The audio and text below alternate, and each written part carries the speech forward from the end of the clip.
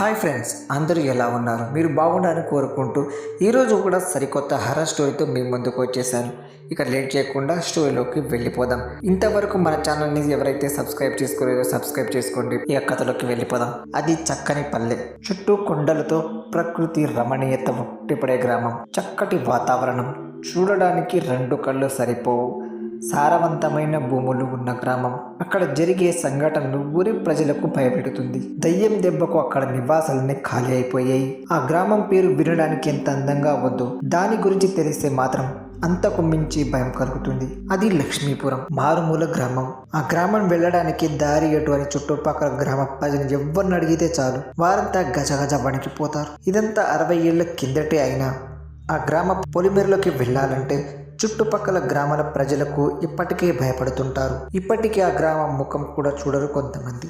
లక్ష్మీపురం వెళ్ళాలంటే అక్కడ నుంచి చిన్న పల్లె అనే గ్రామం నుండి కిలోమీటర్న్నర దూరం కాలినడకన వెళ్లాల్సి ఉంటుంది. ఒకప్పుడు ఈ గ్రామం నివాసాలతో కలకలాడుతూ ఉండేది. తాగునీరు, సాగునీటికి ఇక్కడ కొదవలేదు. ఇటు చూసిన పచ్చని పంట పొలాలు, సారవంతమైన పచ్చని పంట పొలాలు, గ్రామాన్ని అనుకోని పర్వతాలు, ఎటు చూసిన ఆహ్లాదకరమైన ప్రకృతి.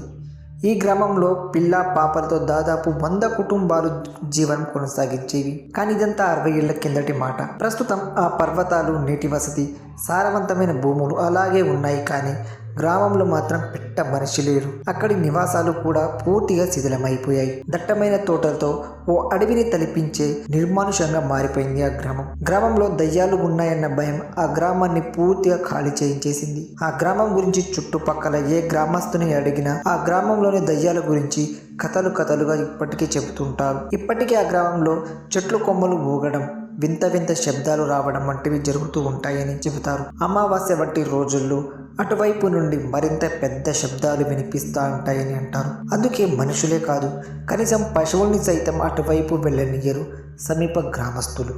అప్పట్లో గ్రామంలో 2 వ్యక్తులు చెట్టుకు ఊరేసుకొని చనిపోయారు. ఆ తర్వాత క్రమంలో వివిధ కారణాల వల్ల గ్రామం వేరువేరు సందర్భాల్లో 10 మంది వరకు గ్రామంలోని వారు చనిపోయారు. దీనికి తోడు చెట్లపై నుంచి మట్టి, రాళ్ళు, గాజులు వంటివి పడడం జరిగేవి. జుట్టు విరబోసుకుంటూ వింత ఆకారంలో మహిళ కనిపించేది. మరికొందరు ఏ ఆకారం కనిపించకుండా దగ్గరగా ఎవరో సమీపిస్తున్నట్లు శబ్దాలు వచ్చేవి. మొత్తానికి దయ్యం పేరుతో గ్రామం మొత్తం ఖాళీ అయిపోయింది. అయితే అప్పట్లో అనారోగ్య సమస్యలు పట్టి పీడిస్తుండేవి. అందుకు తగ్గ వైద్యం అందుబాటులో ఉండేది కాదు. మరోవైపు ప్రజల నిరక్షరాస్యత, అమాయకత్వం అప్పటి వారిని మూఢనమ్మకాల వైపు ప్రోత్సహించేవి. ఈ బలహీనతలే దయ్యం పేరుతో గ్రామస్తులను భయభ్రాంతులకు గురి చేసి ఉండవచ్చన్న వాదన కూడా లేకపోలేదు. నేటి తరంలో కొంతమంది నుండి వ్యక్తం అవుతుంది ఏంటి దీనికి తోడు అక్కడ భూములపై కన్నేసిన భూస్వాములు అమాయకులైన గ్రామస్తులను దయ్యం పేరుతో భయభ్రాంతులకు గురి చేసి ఉండవచ్చన్న వాదన కూడా ఉండకలేకపోలేదు. అసలు దయ్యాలు ఉన్నాయంటారా? మీరు ఎప్పుడైనా దయ్యాలు చూసారా అని మీకు మాత్రమే కనిపించి ఇతరులకు ఎందుకు కనిపించడం లేదు? అయితే మీ సందేహానికి ఈ కథలో సమాధానం దొరకవచ్చునేమో. దయ్యాలు ఉన్నాయా? ఇది సమాధానం దొరకని ప్రశ్న. కాదని ఖండించలేము, వాస్తవం అని అవునని అంగీకరించలేము. ఎందుకంటే కొందరు దయ్యాలను తమ కళ్ళారా చూశామని చెబుతారు. ఎవరు నమ్మకపోతే అసహనానికి గురవుతారు. దీన్ని బట్టి చూస్తే వారు నిజంగా ఏదో చూశారు, కానీ అది దయ్యమా కాదా అనే సందేహం. అయితే దయ్యాల గురించి సైన్స్ ఇప్పటి వరకు ఏం చెప్పింది? దయ్యాలు ఉన్నాయంటూ ఆధారాలు కూడా లేవు. అయితే 7 మానసిక పర్యావరణ కారణాల వల్ల కొందరికి దయ్యాలు కనిపిస్తాయంట. ఒక్క మాటలో చెప్పాలంటే మనం కళ్ళు తెరిచి కనే కలలే దయ్యం. సినిమాల్లో చూపించినట్టుగా ఆత్మలకు ఆకారం ఉండకపోవచ్చు, అలాగే వాటికి మాయలు, మంత్రాలు కూడా రాకపోవచ్చు. ఆత్మలు తిరుగుతున్నాయనేది కేవలం ఒక ఊహ మాత్రమే. అయితే 7 మానసిక, శారీరక కారణాలు ఏదైనా గగుర్పాటు కలిగించే సంఘటనలకు కారణమవుతాయి. ముఖ్యంగా ఇప్పుడు మనం చూస్తున్న హర్రర్ సినిమాలు, క్యాంప్ ఫైర్ లో చెప్పుకునే సరదా దయ్యం కథలు మనకు తెలియకుండానే మన మనసులో నాటుకుపోతుంటాయి. అంటే చంద్రముఖి సినిమాలో జ్యోతిక కథలు విని వాటిని ఊహించుకునే ఒక స్ప్లిట్ పర్సనాలిటీ అని చెప్పుకోవచ్చు. అయితే 2 గ్రూపులు వేరువేరు అభిప్రాయాలు. అమెరికా ప్రజలకు దయ్యాలంటే నమ్మకం ఎక్కువ. ముఖ్యంగా రక్తాన్ని పీల్చుకొని తాగే డాకులాలు ఉన్నాయని కూడా నమ్ముతారు. కొన్ని పీడకలు కూడా దయ్యాలు ఉన్నాయని భ్రమను కలిగిస్తాయి. అయితే 1990s లో స్ప్రింగ్ ఫీల్డ్లోని యూనివర్సిటీ ఆఫ్ ఇలినాయిస్లోని మనస్తత్వవేత్తలు కొన్ని శతాబ్దాలుగా మూసి ఉన్న లింకును స్పేర్ థియేటర్లోకి 2 గ్రూపులను పంపారు. ఆత్మల గురించి పరిశోధిస్తున్నామని ఒక గ్రూపుకు మాత్రమే చెప్పారు. మరో గ్రూపుకు ఈ విషయం తెలియదు. ఆత్మలు ఉన్నాయనే భావనతో వెళ్లిన గ్రూపులోని సభ్యులు ఆ అనుభూతికి లోనయ్యారు. ఏవో ఆకారాలు కనిపించడం, పక్కన ఎవరో నిల్చున్నట్లు అనిపించడం వంటివి ఫీల్ అయ్యారు. అయితే ఆత్మల గురించి తెలియని గ్రూప్ మాత్రం అలాంటి ఫిర్యాదులు, అనుభూతులేవి ఆ నివేదికలో వెల్లడించలేదు. దీన్ని బట్టి మన మానసిక ఆలోచనలు ఎలాంటి ఆందోళనకు గురి చేస్తాయో అర్థం చేసుకోవచ్చు. అంటే మన మనసు మనల్ని మోసం చేస్తుంది అని ఇక్కడ అర్థం చేసుకోవచ్చు. నిజంగా దయ్యం వాయిస్ వినడం నిజమేనా? ఫ్రెంచ్ పరిశోధకులు తెలిపిన వివరాల ప్రకారం మీకు చెప్పబడుతుంది. దయ్యాల వాయిస్ ను వినడానికి పారిడోలియా అంటారు. దయ్యాలు ఉన్నట్లు భావించే ఇంట్లో ఆత్మలో నివసించే నిపుణుడు ఇంట్లోని శబ్దాలను రికార్డు చేస్తాడు.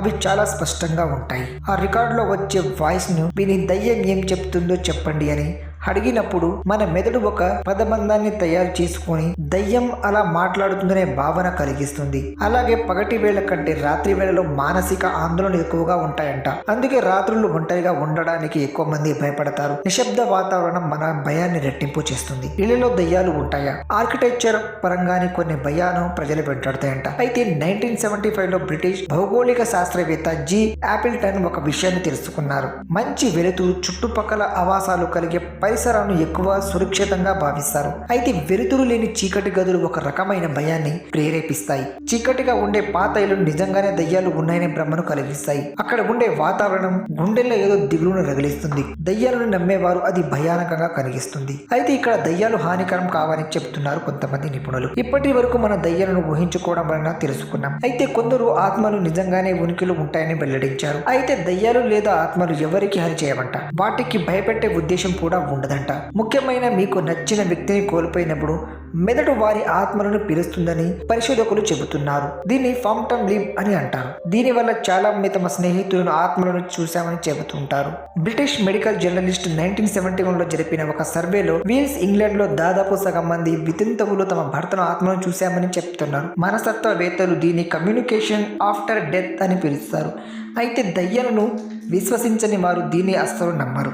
దయ్యాలు పగబడతాయా అనే విషయాన్ని తెలుసుకుందాం. ప్రమాదాలు కూడా కారణం. వేధింపులకు గురైన లేదా ప్రమాదకరమైన పరిస్థితులకు గురయ్యే పిల్లలు పారానార్మల్ ఫాంటిస్లను కలిగి ఉంటారని అధ్యయనాలు తెలుపుతున్నాయి. ముందుగా చంద్రముఖిలో జ్యోతిక ఫ్లాష్ బ్యాక్ లో చూపించినట్టు చిన్నప్పుడు మనసుకు కలిగే గాయాలు పెద్దయ్యాక మానసిక ప్రభావాన్ని చూపుతాయి. స్ప్లిట్ పర్సనాలిటీకి దారి తీస్తాయి. మీకు తెలియకుండానే మీరు ఇద్దరిలా ప్రవర్తిస్తారు. స్కిజోఫ్రీనియా అనే సమస్య కలిగిన వ్యక్తులకు కొన్ని స్వరాలు వినడం, ఆకారం చూసి అనుభూతి కలుగుతుందంట. మెదడులో అంతర్గత సమస్యల వ్యక్తులు పారానార్మల్ ఘటన ఎదుర్కొన్నట్లు వ్యక్తులు ఫీల్ అవుతారంట. మానసిక అనారోగ్యం లేని వారిలో కూడా మెదడులో తాత్కాలిక మార్పులు ఈ భయాలను ప్రేరేపిస్తాయంట. 30% మంది తమ జీవితంలో ఏదో ఒక సమయంలో రాత్రి వేళలో దయ్యాలను చూసినట్లు భావిస్తారు. ముఖ్యంగా కంబోడియా, నైజీరియా ప్రజలు దయ్యాలను బాగా నమ్ముతారు. కంబోడియాలో దయ్యమే మనల్ని కిందికి నెట్టివేస్తుంది అని బాధితులు చెబుతూ ఉంటారు. నైజీరియాలో దయ్యం మీ వెనకే ఉందని వాళ్ళు భయపడుతూ ఉంటారు. దీంతో అక్కడి ప్రజలు అయితే తమతో పాటు దయ్యాలు కూడా జీవిస్తున్నాయని వాళ్ళు నమ్ముతారు. నమ్మి భ్రమలోనే ఉంటారు. ఇలాంటి అనుభవాలు ఎక్కువగా తెల్లారుజామున 2 గంటల నుంచి 4 గంటల మధ్యలో ఉంటాయంట. మీరు నిజంగా దయ్యాలను చూసి ఉన్నట్లయితే అది నిజమైన కావాలి లేదా పై విధంగా చెప్పుకున్న ఊహనై ఉండాలి.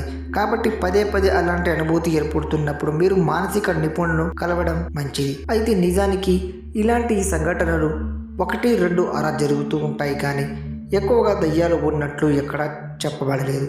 ఈ వీడియోలో కనుక మీకు ఇన్ఫర్మేషన్ నచ్చినట్లయితే దయచేసి మన ఛానల్ లైక్ చేసి, షేర్ చేసి, సబ్స్క్రైబ్ చేసుకోండి. Thank you for watching.